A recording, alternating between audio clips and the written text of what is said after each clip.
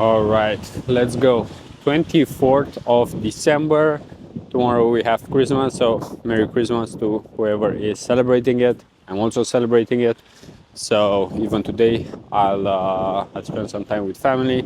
And without any further ado, let's talk about the main subject for today, and that's something that I'm seeing and that will probably continue happening, and that is that e-commerce will become harder. And honestly, that's okay, and that's actually good, and I'll tell you why. Because you might know that saying that when you have good times, you create weak people. Because basically, you let me go back here just because the lighting is so bad here. Like there's no lighting, so it will be really hard for you to see me. So let's just come back. And let me tell you why I think this is good when you have more competition and when things become harder. Because there are times when things are really easy. Like when you put up a Facebook ad and you make a 2-3 row ads like that. So you just print money, right? Just like in the crypto world or some other industries, right? Where it seems like it's easy to some extent, right? And it might be easier, that's for sure. But at the same time, it's not easy forever, right? Like with anything. If you're a popular YouTuber, Twitch streamer, if you become a viral hit, right? Like all of those things can fade away. And the question is what you do when it becomes harder.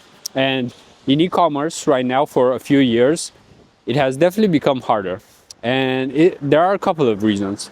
First of all, the fact that there is more competition. So right now, you do have more people who are coming in, more people who are basically kids, right? Like any 16-year-old can probably open up a Shopify account and then start their own e-com business. Of course, with that comes some issues and challenges, meaning that, for example, you will probably buy a product that's not really good. Because in most cases, if someone at 16 or 17, maybe even 20, makes a product, they are not really as experienced and they might just think about the money, not as much about like the quality of the product. Is it actually making the people's lives better, right? So that is why the personal brand is so important, because if you know someone, you actually get to know their why, their mission, their intentions, their vision, right? So all of these things are really important to actually better understand what you're getting into, right? Because when you're buying from someone, from anyone, whenever you buy something, you are actually investing, you are actually voting with that dollar, pound, whatever currency you have. You vote on that person and on that brand, right? You vote on that enterprise, although this is a fancy word for a company, a group of people. So that's why we should really consider what we're spending money on. Is it Netflix? And then is it an energy drink? Is it beer? Is it wine? Is it vodka?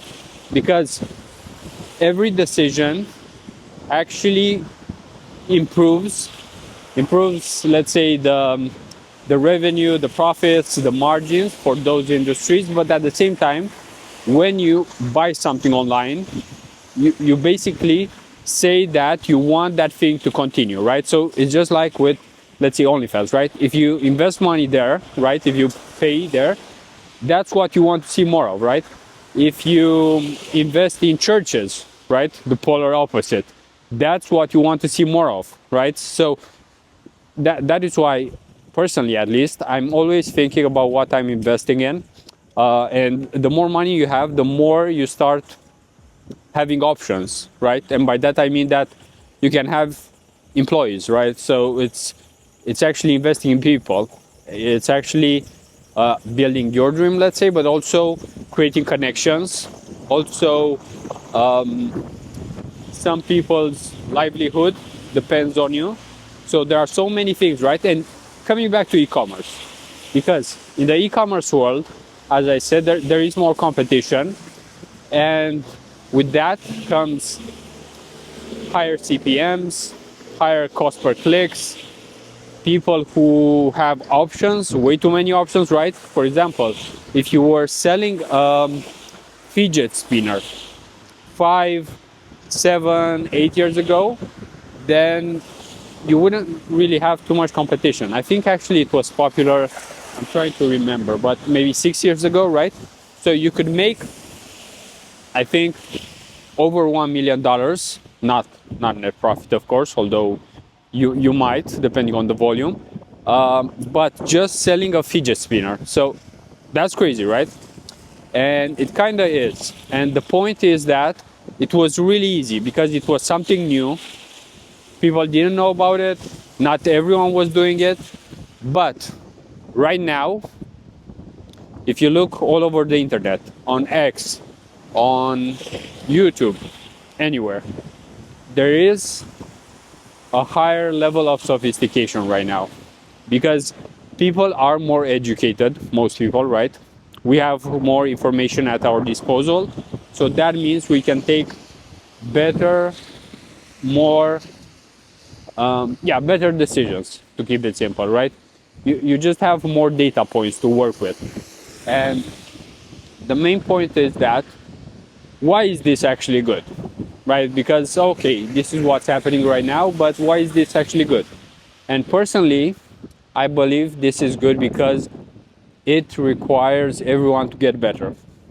So only the best will survive, right? Survival of the fittest. It's just like with Amazon, Google, Facebook. If they wouldn't have competition, they wouldn't grow because there's no reason. And this is something that happens, I think, in your life, in my life. We get complacent, right? We get to a certain level and then basically we get comfortable and we don't put as much effort. And I'm also seeing this at different times, either during the day or during the, let's say, quarter, month, right? You get your paycheck, you feel like you have enough, maybe you feel like you have enough, and then you tend to work less, right? It's normal for the brain to want to relax, to survive, right? So many psychological aspects to every behavior that we have. And that's why actually when you think of e-commerce and how to have success here, you definitely need to think of psychology. So what do people actually want? And there are definitely quite a few books out there about the LF8, I think, so Life Core Human Desires, and there are multiple, of course. But you also need to do research. So this is where I can't explain all the things that people want in a basically 5-6 minute video, right? Or actually, usually it's around 10, but still, you understand the idea, right? That's the main point. And I believe this is great, the fact that there's competition, because this is where I would say I've grown the most, when I've had some competition in my life. So either, let's say, just being in an environment where there were other people doing the same things and either learning from them, right? So let's say that's healthy competition, the fact that you're each trying to grow together and just get better. But also, for example, if you are in business, right, you actually have competitors that take from your market share. So it's either you who makes the sales or it's someone else, right? So that is more of a zero-sum game, which I'm not a big fan of, but usually business is a place where you can stack wins, right? So this is where in e-commerce, when you acquire a customer, that's usually the hardest part sometimes, to convince someone to buy from you. And then if you have a good product, and this is something that we could talk about in another video, you definitely need to sell something that's decent. and I've actually made a video about this, about the fact that you should never sell bad shit online. Because if you sell things that are not helpful, you might get a sale, but you won't get a customer. You won't get a long-time customer. And think of it like this. Would you rather have someone who just pays you one time $60 for a product, or would you rather have someone who pays you thousands over time? Because personally, for some brands, for example, a supplement brand, I've definitely spent over or around, let's say 10K, right? I think it's yeah, it's protein basically, you know, and that's primarily because it does take some time to convince someone, but then it's easier if they like it. So, for example, I like protein, right? So I would buy anyway.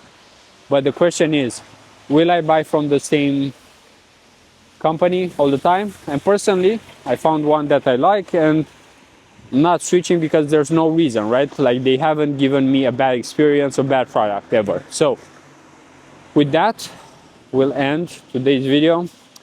And in conclusion, some things are getting harder, but at the same time, if you're getting better, it doesn't necessarily mean that it becomes harder for you. It just means that you might have less competition over time when everyone will just give up. So the main point is stay in the game, become better, and things will get better for you too. All right, so enough preaching, I guess, here. These are words more so for me, just so you know. So with that, we'll end, and basically see you tomorrow on Christmas Day.